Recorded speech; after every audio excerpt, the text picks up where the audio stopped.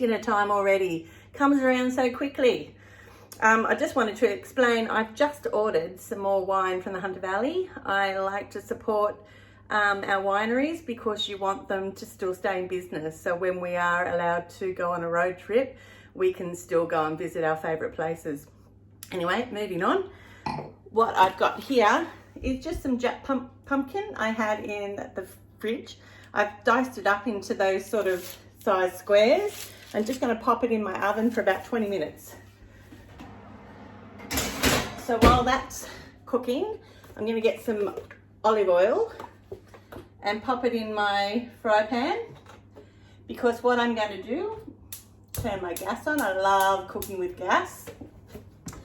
I have diced up 2 pieces of bacon.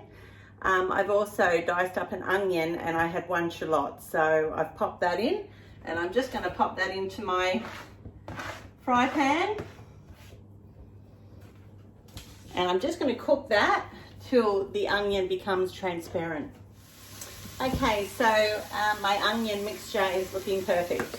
Ready to add 1.5 cups of Arborio rice.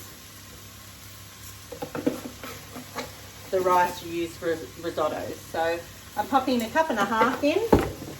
I'm just going to toss that around a little bit. Picks up a little bit of the oil to help it separate.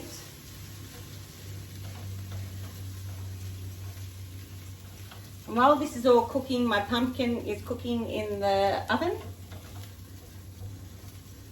Okay, you can just sort of hear that making a little sound. I'm going to add chicken stock. I'm actually going to use this whole litre and add an extra cup, but just of water. So this is chicken stock that I pour into my risotto. Now this is just a rough recipe I've been making for years. And it works out, family like it, so it must be all right. So that's my litre, and I will add a cup later. I'll just let that reduce. Now the thing with risotto is you've got to give it some love. So I generally don't leave it. I hang around the kitchen, have a little bit of fun. Yeah, because the best way to cook a risotto is give it some love, keep stirring it until that Arborio rice absorbs all that liquid. This wine from Tamburlaine is organic and just absolutely beautiful.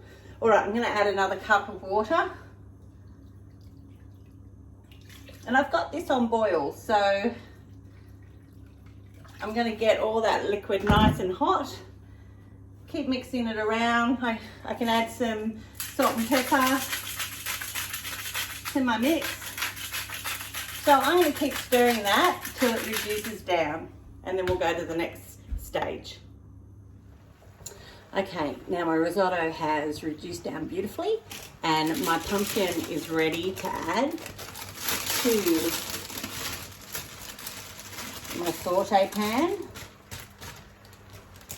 And I've decided I've got some leftover pulled beef that I cooked last night. I'm also going to pop that in. I have a lot of men in this house, so they're very keen carnivores. So I'm just going to mix that through and let it cook a little bit longer, so the pumpkin and my pulled pork can take in some of that flavour. So that was 20 minutes so far, and we're very close. Now the last ingredient I'm going to add is some parmesan cheese. It's really, it goes well with risottos. So I'm just going to put a handful of that parmesan into my risotto. I don't think risotto is the nicest thing to display for a photograph. So excuse me if it looks a little bit like mush, but I'll tell you, the flavours are sensational. I'm just going to add a little bit more seasoning. And we're pretty close to serving. So there you go, that's how you make risotto.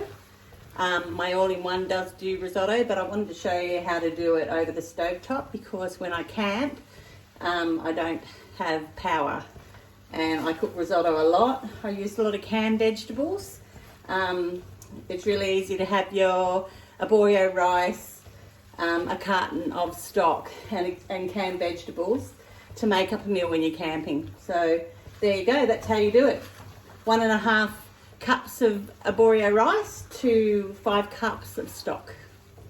Beautiful. I think the boys are going to love it. Okay, this is just a little trick that I do to let my family know dinner's ready.